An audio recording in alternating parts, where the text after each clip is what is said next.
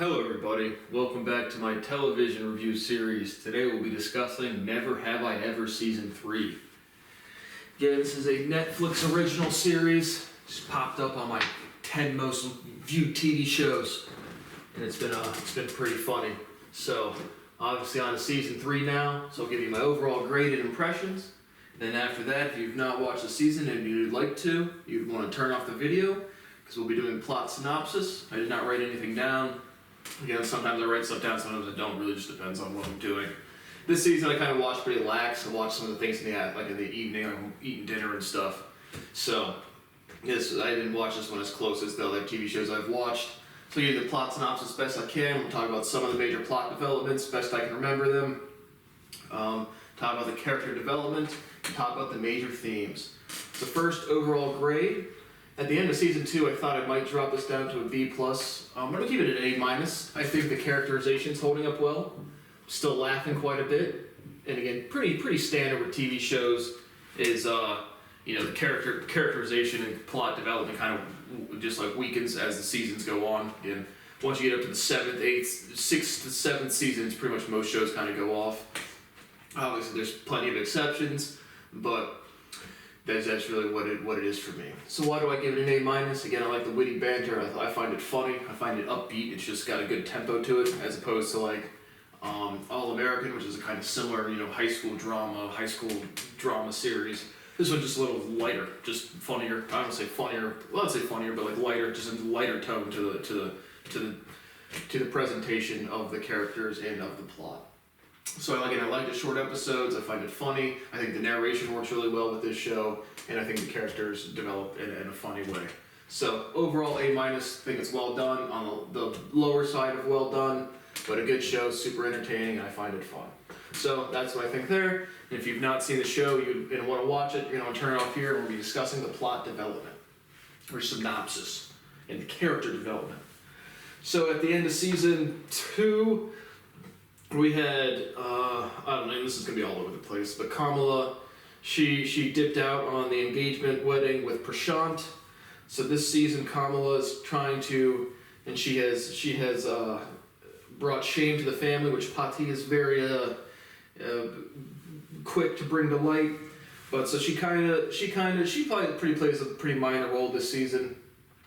But basically throughout the season, she tries to kind of make it up with Prashant, and Prashant's like, nah, I'm not having any of this.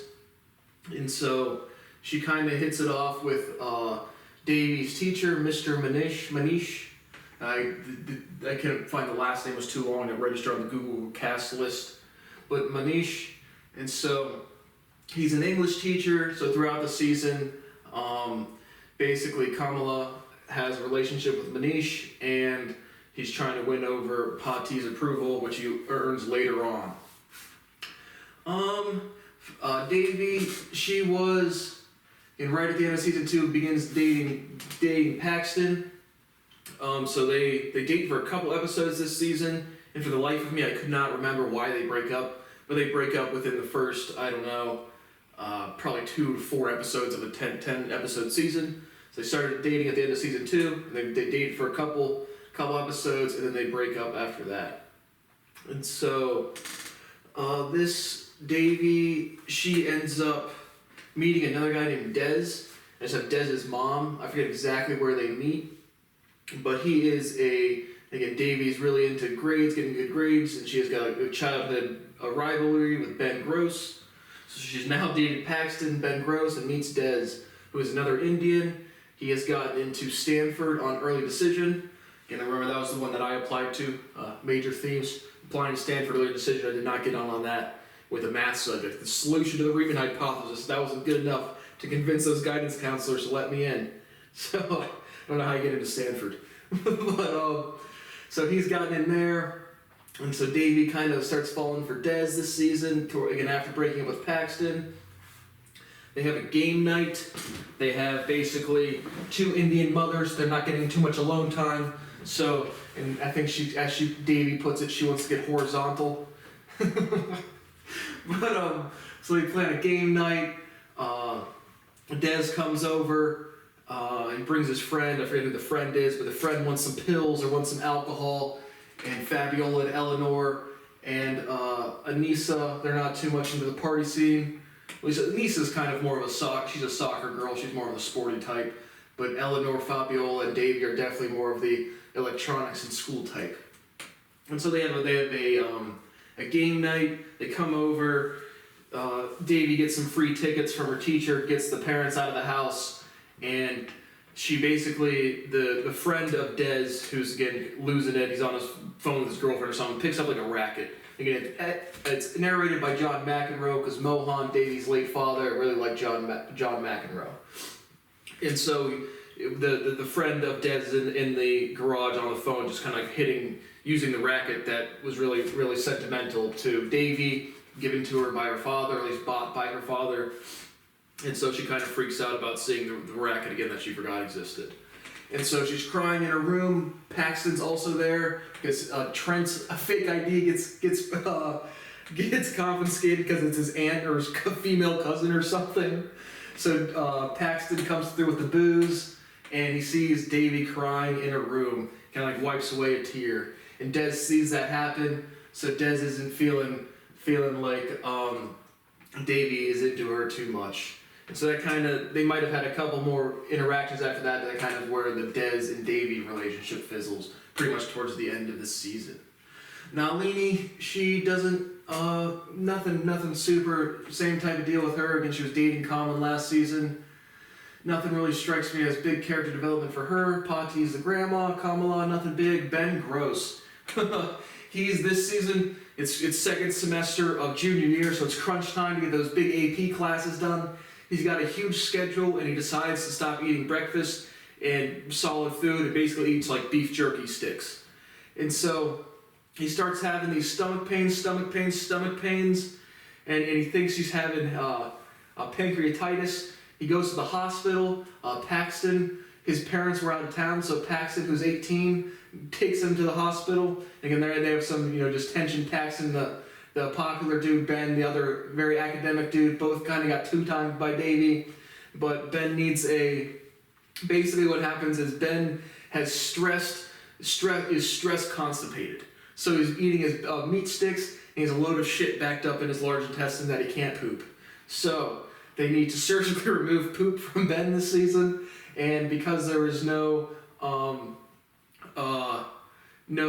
parents in town, Paxton decides to be the good friend and hang out and wait for Ben to fart after like a colonoscopy or some rectal exam. People have to wait to fart. I've been the lucky witness to do that with my parents, so yeah. But they do that this season. So after that happens, Ben agrees to help Paxton with his essay writing. Paxton this season, obviously still major role, but we're not really, just kind of like friends with the whole Davy and Ben group now. But he's really wanting to get into college. Again, last season, he told Davy Davy told him not to have his hand being held. So, but he's struggling with his college essay. So after Paxton helps Ben with his stress-induced constipation, Ben helps Paxton write his college essay. The college essay is really reflecting about how he's been a good brother to his Down syndrome sister, Rebecca. So that's kind of like the major, and then Ben gets in with the Hot Pocket, and the Hot Pocket's not aware of the term Hot Pocket, which is just like the hot dudes or the hot girls, like the popular kids. The terminology in this show makes me laugh. Anissa, this season, she starts out dating Ben. Again, Ben has dated Shira, who minor bimbo character, then Davy, then Anissa. And so Anissa and Ben, they don't have great chemistry, and so they break up pretty early on. But while they're dating, Anissa and Fabiola Torres, who is an out lesbian, has a passionate kiss with Anissa, who at this point so far you've assumed is straight with a lot of lip fillers. And so Fabiola and Anissa start dating, but after their first passionate kiss, they can't rekindle the flame. So that relationship sputters out pretty quick. I think that ends at the game night. But because at the game night, Fabiola meets.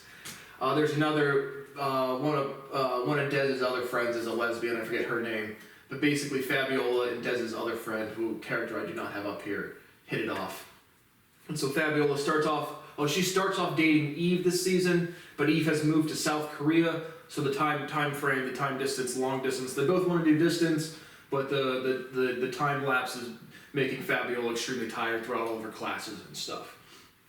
And so that's what happens with them. Another thing with Ben is he takes so much classes, he gets a B, or he's about to get a B. He misses like a chemistry take-home thing, and he goes to do art. So you meet Margot. You might have met Margot last season. I can't remember, but basically Ben draws they have a funny like an over characterized art teacher, and so they have to draw a pair. Ben's pair is uninspired, so he gets, for the first time in his life, he's been doing the tutoring. He's the tutee, and he gets tutored by Margot, and so that's another just kind of minor plot development. Again, Andy Samberg, he narrates Ben's life, and John McEnroe continues to narrate Davy's life. Eric is kind of like, again, minor role, but certainly relevant, kind of like a fat dude. Anything relevant for him this season? Not really. Mr. Manish, okay, so this is where he wins Pati's approval, and this is kind of towards the end of the season. And so they have a debate this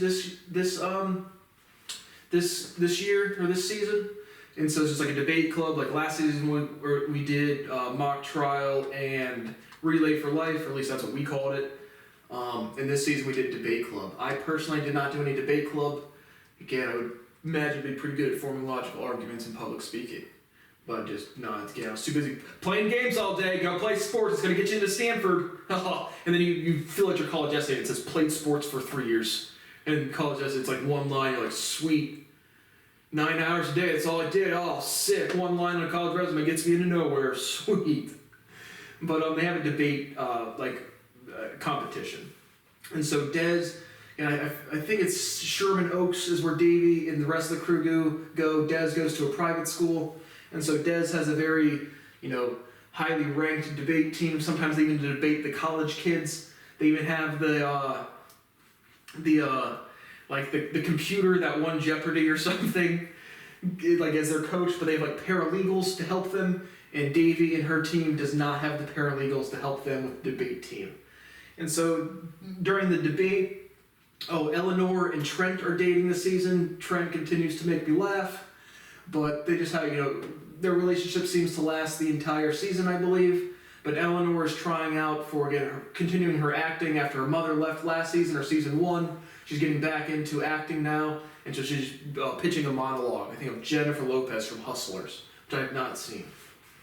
But during that, Trent sets up a fireworks show for the crescendo of her speech, and it sets the school on fire. So as the debate competition is going on, the fire goes off, and so both Davy's team and Dez's team, and they're still like in a romantic, they're still dating at this point. They make it to the finals. So right when the finals hit, that's when the school catches on fire and they have to go outside for a little bit. And so during that time, again, the private school Des team, they had the paralegals and whatnot. So Davy's and they had all of this research and debate club. I guess they take a topic and you chose to debate for or against. And so they were, I forget what side I think Davy was fighting against. So she goes in there and they have all these binders out there with the pros and cons. She takes one of the cons binder, and right as she's doing that, her teacher, Mr. Manish K, who is the judge for the debate club, walks by, and she quickly throws away the binder in the trash. And so he doesn't pick up on it initially, but they go back into the debate, and then the other team's like, one of our binders missing. And then Manish picks up on what's happened. He doesn't rat out Davy, but he's like, okay, to make things fair and to keep it equal, let's switch sides. So basically makes Davy's side take the pro side, and Dez's team take the con side.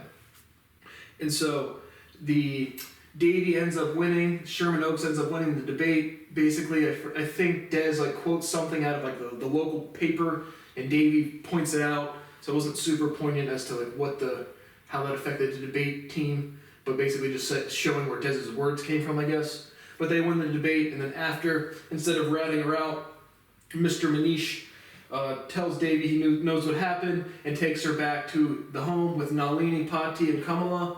And basically, Pati is now very excited that he disciplined Davy but didn't throw away her career or also protected her as well. So that's how Manish wins Pati's approval. And so that's kind of like the major plot developments I remember. Again, Des and Davy, I forget exactly why they go apart, but it's not because of the debate. But they also distance. I kind of forget why. I think it might be Dez's mom. Dez's mom is like really pushing Des away from Davy because of her past issues with the paralysis and just getting upset or something. So Dez's mom kind of pushes Des away from Davy, so they distance and separate. And then the last scene of the whole show, which made me effing laugh, was again Davy's relationship with Ben Gross. I think is super well done, and so Ben gives, after Des and Davy break up, Ben gives Davy a 1 free boink coupon, just like a loose leaf piece of paper torn off that says 1 free boink. And so at the end of the season, Davy goes up to Ben and tries to cash in her 1 free boink coupon. So obviously I'm assuming there's going to be a season 4. I'll certainly watch it. I find this show to be super fun. So again, just nothing, plot development, nothing super unique or anything, but I just think it's well done, and the banter and the writing to me is super enjoyable. So some minor scenes with Dr. Jamie Ryan. Mr. Shapiro still killing it as the facing history teacher. You have a new principal that plays some new roles, and that's pretty much it for what I can remember.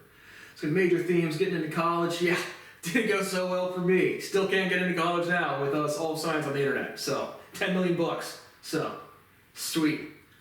But again, debate, nothing really. I mean, just high school drama. But again, I think it's just a fun, well done show. So I highly recommend you watch Never Have I Ever Season 3, and see you next time.